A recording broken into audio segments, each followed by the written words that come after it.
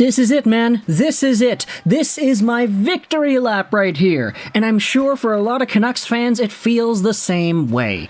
I don't mean any disrespect. I really don't. But the sentiments and feelings that have arisen from making this video have been formed over the past few years. They have been molded and shaped and put into place that now, at the halfway mark of the season, it's finally time for Vancouver Canucks fans to take their victory lap.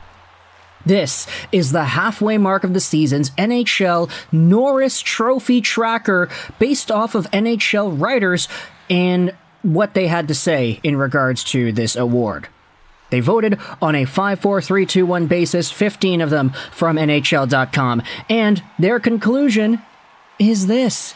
Right now, in terms of the quote-unquote power rankings for the Norris Trophy for defensemen in the NHL, the guy who is on pace to winning the award is none other than Quinn Hughes, taking over that first place spot and overtaking second place Cale Makar. Noah Dobson's over here too. You also have Evan Bouchard, Victor Hedman, Josh Morrissey, who also received 10 plus points in the voting. But right now, Hughes, Makar, Dobson, this looks like the order. And you know what? I'm going to go out there and take this as a dub. I'm taking the victory lap right here, baby. I am using it because I know Colorado Avalanche fans can go over here and say, wait a minute, like Cale Makar has been fantastic. He has the same amount of points as Quinn Hughes. He has fewer games played. How are you going to go out there and say that Quinn is deserving of the top spot? He's got 75 points, Makar has 58, and you know what? I totally get the argument. I think it's totally fair to bring up the differences in point production and points per game pacing. It's all relative and it's all relevant, but this has been built up over so many years that every single time we talk about Quinn Hughes and the numbers and the success and how good he is, there are always some pundits in the replies saying, wait a minute, but Cale Makar is better. And it's like this all over the internet, not even just on my videos. Hughes and Makar have been linked for so long, ever since these guys were battling it out for the Hobie Baker in the NCAA all those years ago, that now, when you consider the fact that Quinn finally has one leg up, this is a big deal.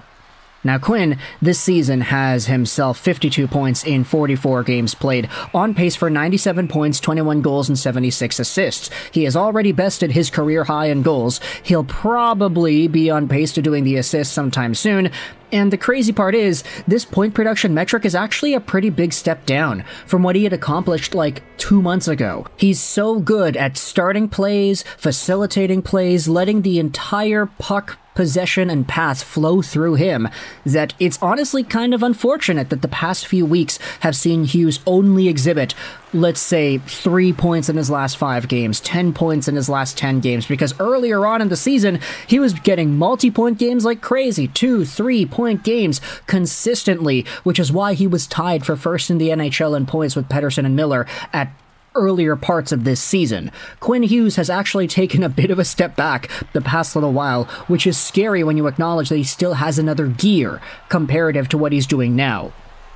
And this is also where you talk about point production, because 52 points is actually tied with Cale Makar. He's got 52 points in 40 games, so Quinn has 4 more games played. Makar is on pace for 100 points in 77 total on the year. And I get it, you know, you could say that Cale Makar is as good, if not better, than Quinn Hughes. But that's boring, because we've been hearing this for years. That has been a truth that I think a lot of Canucks fans have internalized and formed in their brains over the past few years worth of NHL play, that for once to finally see that NHL people outside of Vancouver are saying that Quinn deserves this award more, this is the victory lap. And if it continues like this till the end of the season and Quinn Hughes ends up winning, then I will never shut up about it, because at the very least, that will be the one nod that Hughes has over Makar in at least one of these seasons that they have had together. As we have said, ever since these guys were NCAA players, I mean, you go over to the Hobey Baker finalist in 2018-19. Cale Makar won the Hobey Baker that season, but if you go over to the finalists in 2019, I mean, look, there were a lot of finalists in that year, there always is, but Quinn Hughes was a finalist for the Hobey Baker in that season. When it comes to the Calder, the Rookie of the Year award the next season, Cale Makar won that too, 2019-20, and Quinn Hughes was also a finalist. That was kind of like the double whammy. Oh, Makar stole the Hobey Baker from Quinn, he deserved it. Makar took the Calder from Quinn, he deserved it. I'm not saying that Quinn should have won those awards, I'm just saying that Quinn was second place in both of these competitions. And the years afterwards, you saw Makar just dominate the NHL, finalist for the Norris, winner of the Norris, all-star teams consistently in back-to-back years. Cale Makar has been on top of the world.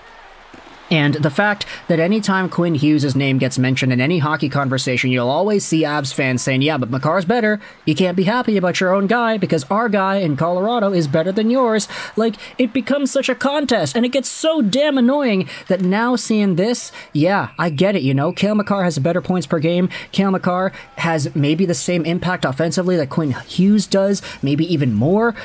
But Quinn has been so good at both ends of the ice that I feel like this right here is definitely worthy.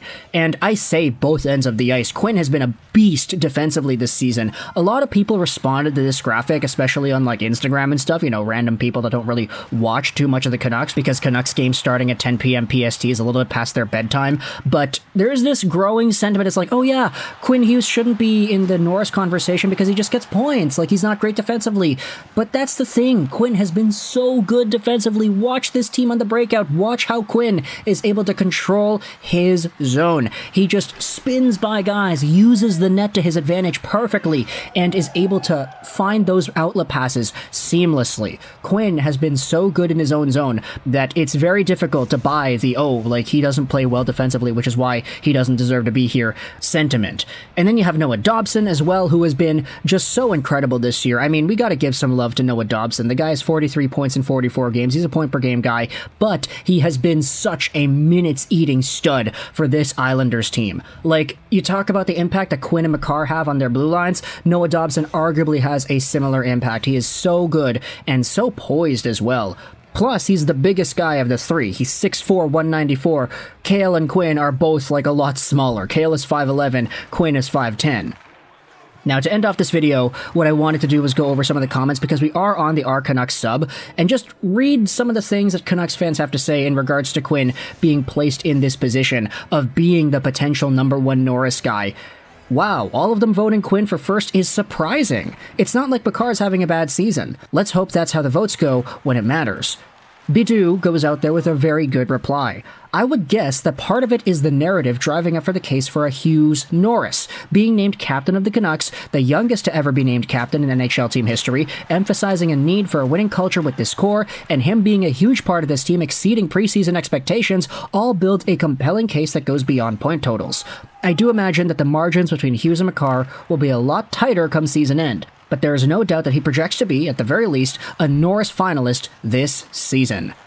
Then there's another reply, Hughes might be in the conversation for the Hart if the Canucks finish like top 3 in the league, which I won't disagree with, but he would need a considerable uptick in points if he wants to get back in that race. As we had said, Hughes was tied with Pettersson and Miller for first in the NHL in points earlier in this season, but he's kind of slowed down in terms of his production the past few weeks, which is why he's only at 52 points in 54 games rather than maybe like 60, like Miller is at right now. So I get it, you know, this is kind of a premature video to make, celebrating a halfway NHL.com vote by the writers on that website, but if this is the pace that we're on, I like it.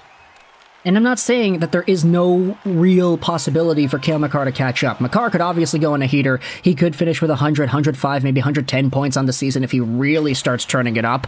But for right now, I'm going to celebrate this, because it's finally happening for Vancouver Canucks fans, where Quinn Hughes is finally, in some respects, getting the edge over Cale after being second fiddle this entire time.